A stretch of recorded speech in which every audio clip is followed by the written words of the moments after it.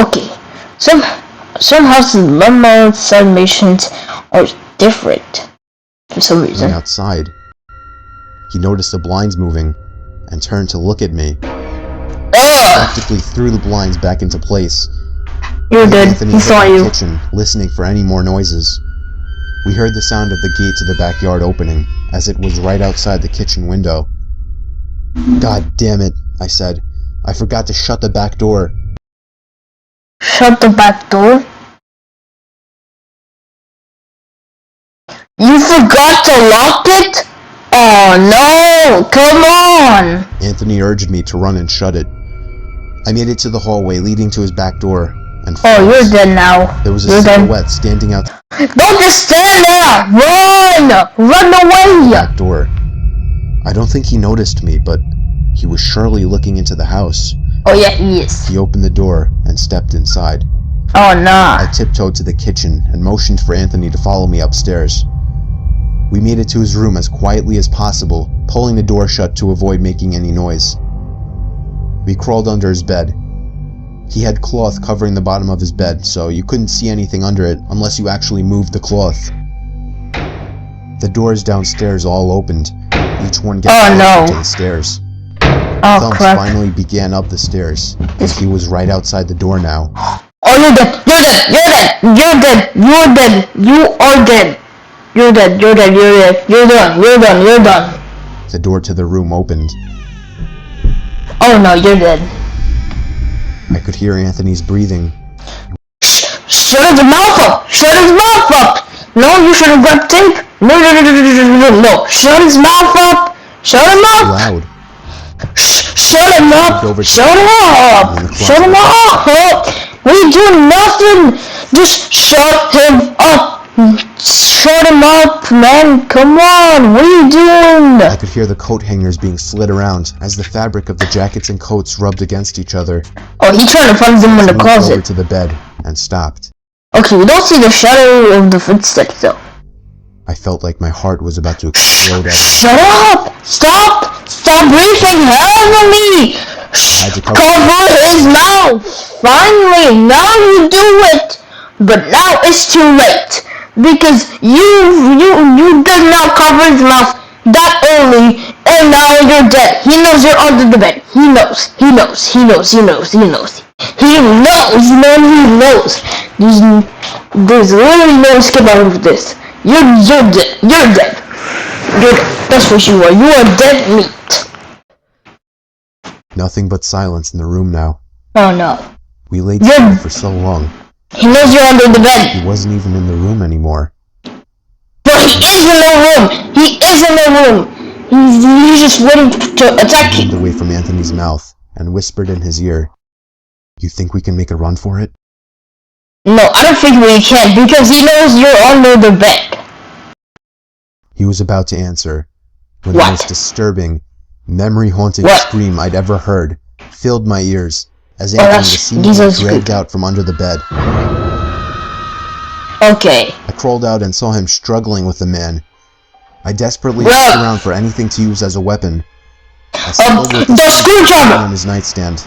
I hurried over to the man and drove the screwdriver into his back. Bro, why were you so slow with me as he let out a scream of agony, giving us time to get the hell out of the house. Hold up, they really even see. Hold up. And drove the screwdriver into his back. He killed Anthony as he let out a scream of agony, giving us time to get the hell out of the house. Get out. Running onto the road would give away our position too easily. It would take too long to make it to his neighbor's house. We dove for the tree line in the woods and took cover behind a bush, watching the house. You're near the woods? What? The back door opened as the man stepped outside, looking around the backyard. He then looked out to the woods. I felt his eyes pass me as he scanned through the tree line. It seemed that it was too dark for him to see us. Then, he turned his head back in our direction. I ducked behind the bush. You did. Joe, he's coming. Yeah, What? Dude, get up, we gotta run. Come on. The man was approaching us fast. How could he have seen us? Because he saw your head! Through the woods with the leaves crunching under us, giving away our position.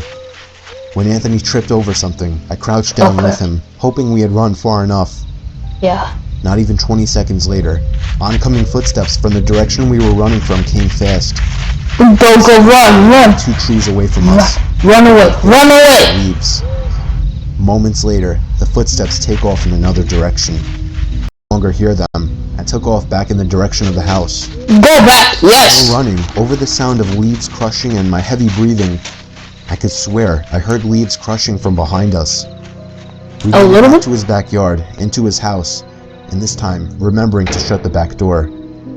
We were now able to call the police. Anthony can't you lock it? Well, I patrolled the back windows, making sure nobody was out there. It was so dark, though. No, this window doesn't have any blinds. Something that seems stupid today. Yeah. He turned on his backyard lights, and immediately in the distance, over by the woods, I saw him, standing in front of a big tree. He turned off back into the woods and disappeared out of sight. What? Hold up. He just wanted to stare at the man. He just wanted to stare at the white guy, just so that he could go away. Bro, why would you not go back in the house? Why? Because if I was alone, do that again and attempt again. But I guess she got tired from this day. That was the last time me or Anthony ever saw him. I would be lying if I told you we heard the occasional knocks at our windows or something cliche. No, that was it. 5 years have passed and nothing has happened. Do I wonder if it's somehow linked to the prank call? Maybe. Does it make sense? Not really. But yeah, this was the story of how me and my still best friend Anthony almost died during a break-in. Almost died. Almost died? Almost died? Come on. Almost? More like that's very almost. You very almost died. Alright. So, this next one is called Trick or Treat Stories Animated. It was Halloween night of 2007, freshman year in high school, and I was with my friends, Ivan, Ryan, and Jesse. We were all dressed as the Super Mario characters. I was Luigi since I was the second tallest. Ivan was Mario since he's short and buff. Not that Mario was buff. Jesse was Waluigi because he's freakishly tall. Okay, you got perfect size here. You got our perfect size of friends. Okay, we seem to have the age for these cartoons. And Ryan was Wario because he's just really fat. Damn! So they were the perfect group costumes for us. We live in a very non-congested suburban neighborhood with a decent amount of space in between houses. On Halloween, that's the worst thing ever. Less bang for your buck. We were trick-or-treating for hours, way past dark, and eventually came the time when most trick-or-treaters were heading home. My feet started to hurt, and I had to constantly switch arms for holding the now 10-pound pillow sack of candy, but we planned on going until our bags were completely full. A lot of the houses by now weren't answering anymore. It was probably past their cutoff time for giving candy to trick-or-treaters. Approaching our next house, we saw a purple bucket on the stoop, which was the best feeling ever. I was the one to get close enough to realize it was empty, which was the worst feeling ever.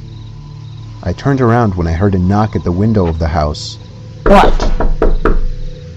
We all looked at the window. Creepy. Couldn't see anyone, but heard someone call out, "Wait." The door opened and an older man, late 40s, already balding, stepped outside. He told us to come inside so he can get us some more candy. I said we could just wait out here. He responded saying something along the lines of, "Nonsense, come on in, we'll get you your candy."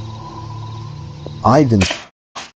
No, I see the eyes. No, I'm not going in there. No, I'm not going there and getting my candy. No, that house is empty. I'm not going there. And then said, "It's alright.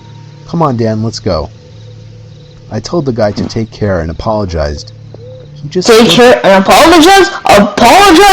Don't you see the eye right behind them? As we walked off, not saying anything. The man is poor. But at the same time, that guy seemed like a creeper. You mean you feel bad for the person that is in the dark? I figured I just dodged a bullet not going in there. No, you didn't. If the story ended there, it wouldn't be scary. So of course, it didn't end there. Yeah. We skipped a few of the guy's neighboring houses just to get further away and continued on with our business. We were walking down close to the nature preserve now, so there weren't many houses around us. What's that? At this point, we were now walking back closer to Jesse's house. I noticed Ryan had stopped walking, and I turned around to see what's up. He said he heard someone moving from behind the trees in the preserve. Oh. Now this was before everyone's phones had flashlights, so we couldn't just go searching in the woods for someone. Besides, we were just telling Ryan that it must have been a raccoon or something. Yeah. You may think this is a bit of a cliche, but when things like this happen in real life, you always assume the more logical possibility. Oh no! It may be the same man that had the eyes in the door. I put my arm around Ryan's shoulder and nudged him. The elderly man in the trees. That may be him. Ivan picked up on the sound as well. When we all stopped, the sounds of the footsteps from beyond the trees stopped as well. Ivan yelled at the obvious stalker to go away, or we would beat the shit out of them. I knew he was just bluffing though. No. I could hear the nervousness in his voice. The snap of a twig from beyond the trees triggered a fight-or-flight response in all of us. Me, Jesse, and Ryan all ran for it.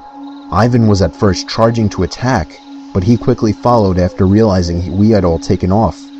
Yeah, go. We ran down the dark street, and we all noticed the sound of at least 2 or 3 pairs of footsteps crushing the twigs and leaves in the woods. We banked it hard right down Jesse Street when it up and ran straight for his backyard, entering his house through the back door. The first thing we did was peek out through his living room window. We couldn't see anyone. Close the blinds! We all had to gather our thoughts and discuss what the hell just went down in his living room. All of a sudden, we heard Jesse's backyard gate slam shut. Jesse dove to turn off the lights. There was a click and a bang from down in the den. It was more than likely Jesse's back door. We all agreed to go down armed with knives and face them. Jesse turned on his back door light, but there was nobody out there. Just then the front door opened, and we all screamed like animals. Jesse's mom and sisters came rushing downstairs. They had just gotten home from their friend's little house party. We all rested assured knowing it was just them. Jesse explained what happened, but made it seem a lot less dramatic. Me and Ivan went home after that and called it a night. At 12:30 a.m., I got a disturbing text message. It was from Jesse. It said, "It wasn't my mom." I texted back saying, "What? What? What do you mean it was not my mom?" It wasn't my mom in the backyard. My fingers slammed the buttons on my phone, responding back, "What do you mean?" What do you mean it was not my mom in the backyard? His mom and sisters said they never went in the backyard. What? I told him to immediately check the backyard from his upper deck. He had already done just that. He also told his mom everything, and she had already called the police. They didn't find anyone back there, but Jesse did mention the guy who invited us in while trick-or-treating. Nothing ever became of that, and nothing ever happened at Jesse's house again after that one Halloween night.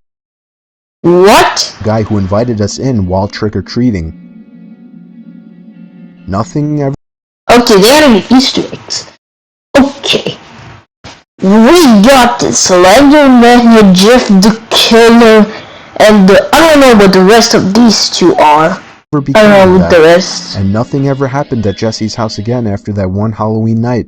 I don't know what the rest of these are. Happy Halloween. Okay, you see the blood from that?